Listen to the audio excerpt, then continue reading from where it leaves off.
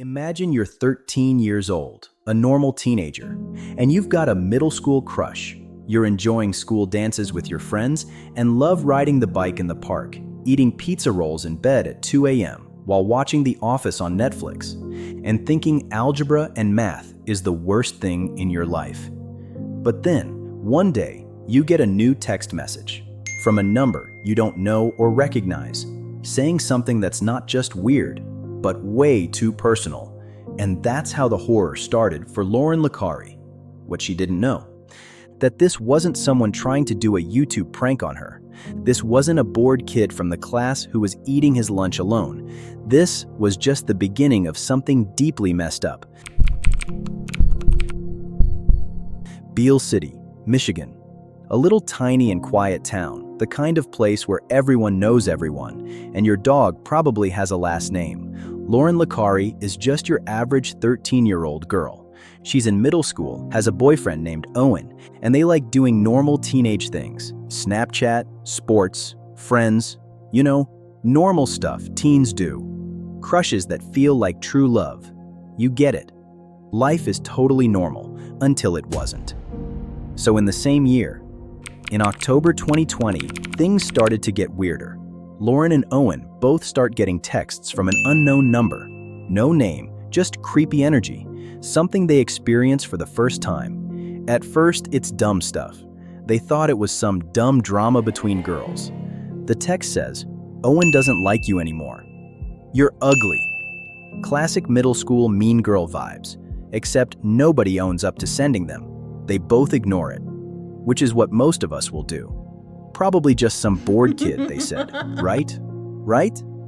By November 2020, the vibe changes again. The texts are still coming. But now they're using nicknames that only close friends or family would know. They start referencing inside jokes, conversations that happened in person. Only a limited people would know this information. And even Lauryn's location, like, "I saw you leave school early today." Okay, that's creepy. Like, what the hell, dude? Someone is definitely stalking her. Now Lauryn is so scared and looking right and left when she is out in the street. Who's watching her? What does he want? And how do they know so much? All these questions are popping into your head while you are 13 years old. It's terrifying and is making you lose your mind. In December, Lauryn finally decided to tell her parents. She told them everything. From the first text, she's breaking down, stressed, crying. She can't take it anymore, and she did not want to go to school anymore. Her parents immediately report it to the school. The superintendent takes it seriously and start to have a conversation with the students, asking questions, but nothing. The school contacted the police. Then the Isabella County Sheriff's Office joins the hunt. People in the town are freaked out. Imagine a town of 300 people who all know each other and grew up together. Now, they do not trust each other. This made people think twice before they even say good morning to their neighbors. Imagine how Lauryn and Owen felt then. So the police try to trace the number, see if they can find something. They checked the IP addresses, talked to students, even in school. And after the police show up in the school, people start to talk and whisper. So they mention a girl, Chloe, who used to have beef with Lauryn in the basketball team. Nothing serious. You know how rumors fly in the school, especially since there is Snapchat. So the police call Chloe for questioning. And after talking with her for hours, nothing came out. She is just a normal teenager, and they are competitive on the basketball court.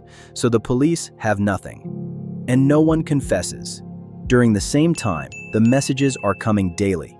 Lauryn was freaked out and with her family. By January 2022, the messages don't stop, but they multiply, and things were getting freaking crazy. Lauryn and Owen are now getting hundreds of texts every single week. Some of them are just insults, but others are graphic, sexual, threatening, and even degrading. Imagine she started receiving messages telling her to kill herself. Well, this is now becoming really dangerous. Now the situation is escalated. They cross all moral lines. One message says she's worthless. Another says everyone hates her. And yeah, after a while, she starts to believe it. Who wouldn't? Owen's getting texts too, accusing him of cheating on Lauryn, spreading lies to his friends, turning people against him. It's not bullying anymore. It's straight-up psychological warfare. Sun Tzu once said, "The supreme art of war is to subdue the enemy without fighting." Anyways, so after everything they'd been through, the non-stop messages, the chaos, the paranoia, Lauryn and Owen eventually broke up. It wasn't because they didn't care about each other. It was because the whole situation had wrecked them emotionally. Too much stress, too much damage. They were both just trying to survive. By March 2022, the Isabella County Sheriff's Office is at a loss, and they didn't have any news or updates on the case. Sheriff Mark Main then said, "Whoever this is, they're really good at hiding." So he decided to involve the FBI, as this stalker is destroying these teenagers and their parents' lives and tearing the village apart. So Agent Bradley Peter steps in. He specialized in cybercrimes, digital stalking, app tracking, all of it. He started working on the case and went through hundreds of messages, as he described. It was something unbelievable, something that adults would be in shock to hear. Imagine what these teenagers are going through.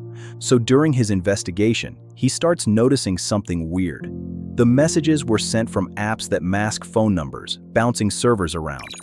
Then nothing seemed traceable, so he started checking the messages again. And he noticed that they seem to follow Lauryn's routine. They match where she goes, what she says, even what she's wearing. Creepy, right? So he said, "Whoever this is, isn't far away." In fact, they might be very close to her. By summer 2022, Lauryn's life had become a total mess. She can't trust anyone anymore. She's losing sleep. Sometimes she sleeps for only a few hours, and sometimes she cannot sleep at all. She's snapping at friends. People started to avoid her because they're scared they'll get dragged into the drama.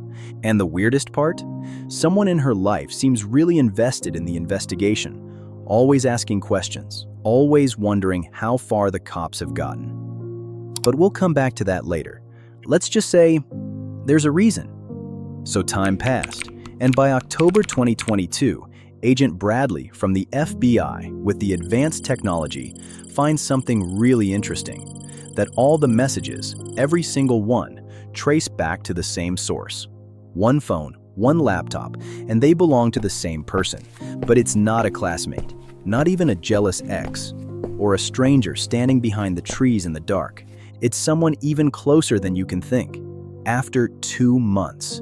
Exactly December 2022. The FBI has finally found solid proof, so they can make the arrest. They took the warrant, and, together with the Isabella County Sheriff's Office, they went for the arrest. They arrived at the house of this person, entered, and seized all the phones, laptops, and tablets. During this time, the police couldn't believe it, as they were in shock and couldn't believe it. They confront the person. In the beginning, they denied and said they did not know anything. After Sheriff Mark confirmed that they have all the evidence and no point in lying, it is better now to come clean and remove the weight from their chest. And finally, the mask comes off and the person is finally admitted. The person who's been sending Lauryn hundreds of anonymous, degrading texts, it was her own mom. Yup, you heard me.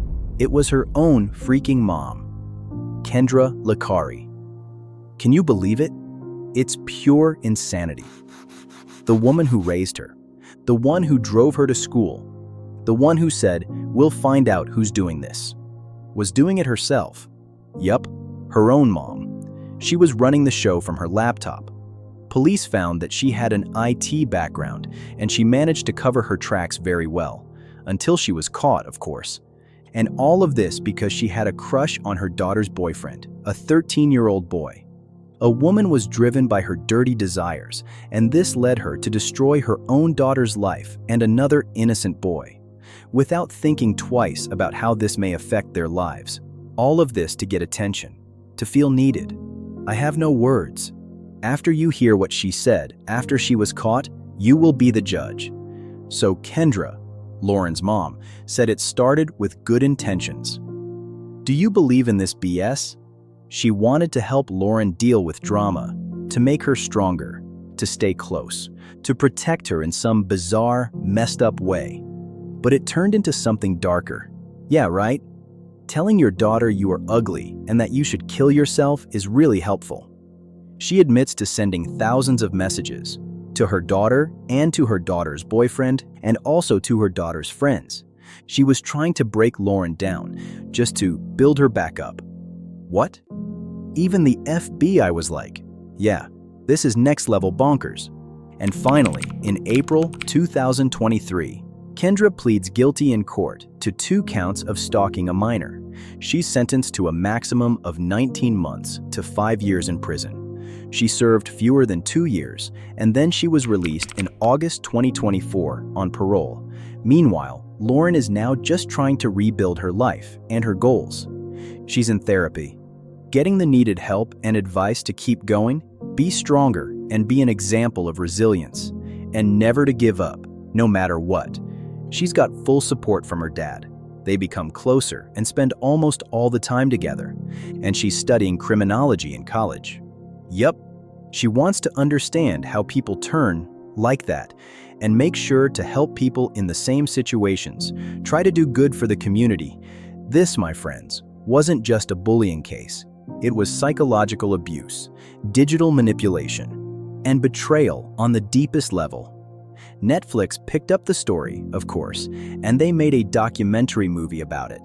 It's called Unknown Number: The High School Catfish, and now the whole world knows what happened. Lauryn chose to share her story, determined to open the world's eyes to a painful truth. Sometimes the deepest betrayal comes from the people you trust the most. Sometimes the monster ain't out there in the dark. It's not some shadow in an alley, not a stranger with a mask and a fake name online. Nah, sometimes it's someone pouring your juice in the morning, someone who kisses your forehead goodnight, someone who says, "I love you," like it's the truth. Sometimes it's not a stranger, it's not a ghost, it's not even a nightmare. Sometimes it's your own mother. So check your texts, I guess. All right, my friends, if you made it this far, thanks for watching. If you liked the video, give it a like. It really helps out. And I want to hear from you. What's the creepiest message you've ever gotten? And from who? Drop it in the comments. Oh, and hit subscribe if you're into weird, real internet stuff. Let's keep exploring the strange side of things together. Stay safe, trust your gut, and maybe don't answer that unknown number. Just saying. See you next video.